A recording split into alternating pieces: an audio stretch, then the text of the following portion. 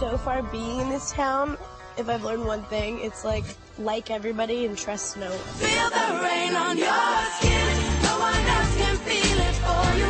Only you can let it in. No one else can speak the words on your lips. Drench yourself in words unspoken. Live your life with arms wide open. Today is where your books begin. Feel the rain on your skin. No one else can feel it for you. Boys and girls, if you would like to interact with this presentation, when you see this, that means to pause the DVD and get on your computer, go to www.google.com and type in the phrase that appears on your screen. From headquarters here in New York City, you're watching King 4 News, bringing you the best coverage in news, events, weather, and sports. Reporting with a special broadcast, here is John Hughes. I'm so fed up with my job and having to report propaganda off the newswire that I've decided to do my own report today. Imagine this. Here you are in America, and they're combining America, Canada, and Mexico into one country, the North American Union, and the American people don't know anything about it. It's not even in the press. They'd rather talk about Rosie O'Donnell and Donald Trump calling each other names. Rosie is a loser. Than discussing the fact that we're merging into one country. Most of America is caught in the propaganda. Everything you see on TV is filtered and paid for by corporations. I mean, the fact of the matter happens to be that tells you how controlled the media is. Here you are combining America, Canada, and Mexico into one country, and you don't see it in the press. These scenes of unrest in America have never been seen before. Cameramen would shoot them, but newsreels wouldn't play them. Controlling the news started early in America. It's a media-opoly, a media-opoly. The whole media is controlled by a few corporations thanks to deregulation by the FCC. You mean Disney, Fox, Westinghouse, and good old GE? They own networks from CBS to CNBC. They can use them to say whatever they please and put down the opinions of anyone who disagrees. The American people are living in a matrix. They don't understand the truth of how things are working in this country, you know. And let me give you an example of what I'm talking about. The very fact is that if you ask 100 people on the street, what kind of government is America supposed to be? 99% of them will tell you a democracy. America is supposed to be a democracy. But that's a lie. That's an illusion. The word democracy is not written into the Constitution at one time. It's not in the Bill of Rights. It's not in the Declaration of Independence. The Founding Fathers hated the idea of a democracy. They thought it was the worst form of government there is. And I agree with them. Because in a democracy, 51% of the people control 49% of the people. If you're part of the 49%, you're not free. America was founded as a constitutional republic. And in that constitutional republic that we have, 99% of the people can't take away the rights of 1%. You have your rights because you were born with them. You have God-given human rights that nobody can take away from you. The government, the majority, no matter who they are, I can't take away your rights. Our freedoms are being taken away by power-hungry bankers. Bankers? Yeah. Our country was hijacked by elite bankers in 1913 when the Federal Reserve took over our monetary system.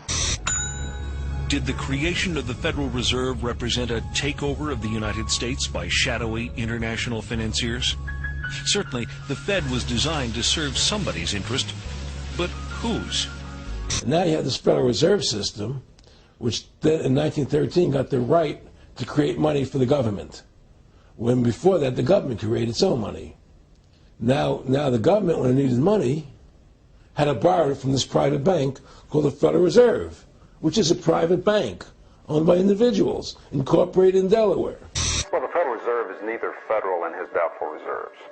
You will not find the Federal Reserve in the blue pages of government in any phone book. You will find it in the business pages next to Federal Express. The Federal Reserve System solely is responsible for creating money in the United States. The Treasury prints only what the Federal Reserve tells it to print. The far greater amount of checkbook money is also determined by this group. Yet it is not a government agency. and is entirely beyond the reach of the American voter. Since the Federal Reserve has come into being in 1913, illegally, without a constitutional amendment, by bribing a few senators during Christmas vacation, they turned over the most important power that the American government has, the creation and issuance of money, to a private bank. Through that private bank issuing money, they have destroyed this country. They have destroyed the purchasing power of the money in this country. They've created social programs that are destroying this country. Now, they've taken over our government, both Republicans and Democrats. There's no difference anymore between the two parties. They control both parties. If you have the money, you can get any law passed you want. So who do you care whether Bill Clinton is president or who is senator from New Jersey? It doesn't make any difference because you write a check and you get another senator. Forget the politicians. They're irrelevant. The politicians are put there to give you the idea that you have freedom of choice. You don't. You have no choice. You have owners. They own you. They own everything. They own all the important land. They own and control the corporations. They've long since bought and paid for the Senate, the Congress, the state houses, the city halls. They got the judges in their back pockets, and they own all the big all the big media companies. So they control just about all of the news and information you get to hear. They got you by the balls because they own this fucking place. It's a big club, and you ain't in it. You and I are not in the big club. And by the way, it's the same big club they used to beat you over the head with all day long, where they tell you what to believe. All day long, beating you over the head in their media, telling you what to believe, what to think, and what to buy. The table is tilted, folks. The game is rigged. And nobody seems to notice. Nobody seems to care. Good, honest, hard-working people, white collar, blue collar, doesn't matter what color shirt you have on. Good, honest, hard-working people continue. These are people of modest means. Continue to elect these rich who don't give a fuck about them. They don't give a fuck about you. They don't give a fuck about you. They don't care about you at all.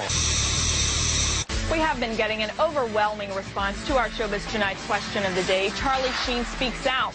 Do you agree with his assertion that there is a government cover-up of 9/11? Let's take a look at how the vote is going so far.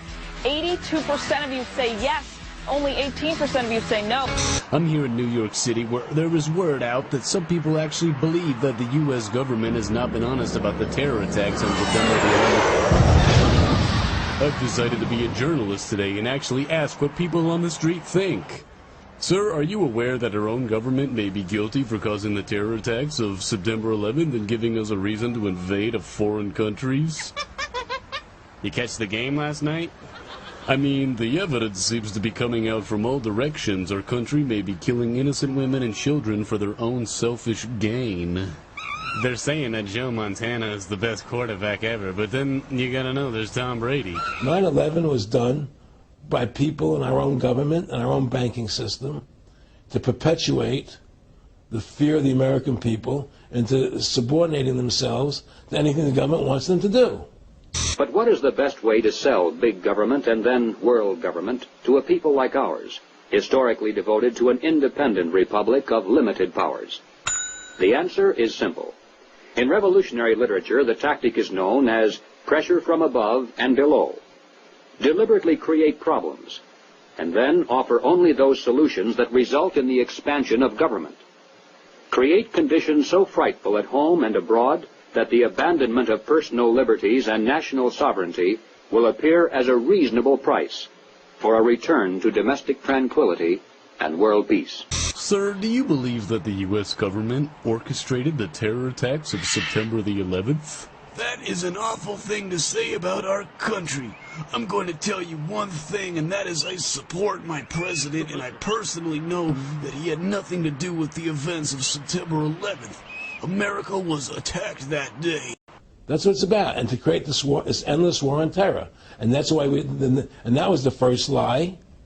And the next lie was going into Iraq. Part of the reason we went into Iraq was the main reason we went into Iraq at the time was we thought he had weapons of mass destruction. It turns out he didn't. This whole war on terror is a fraud. It's a farce. It's very difficult to say it out loud because people are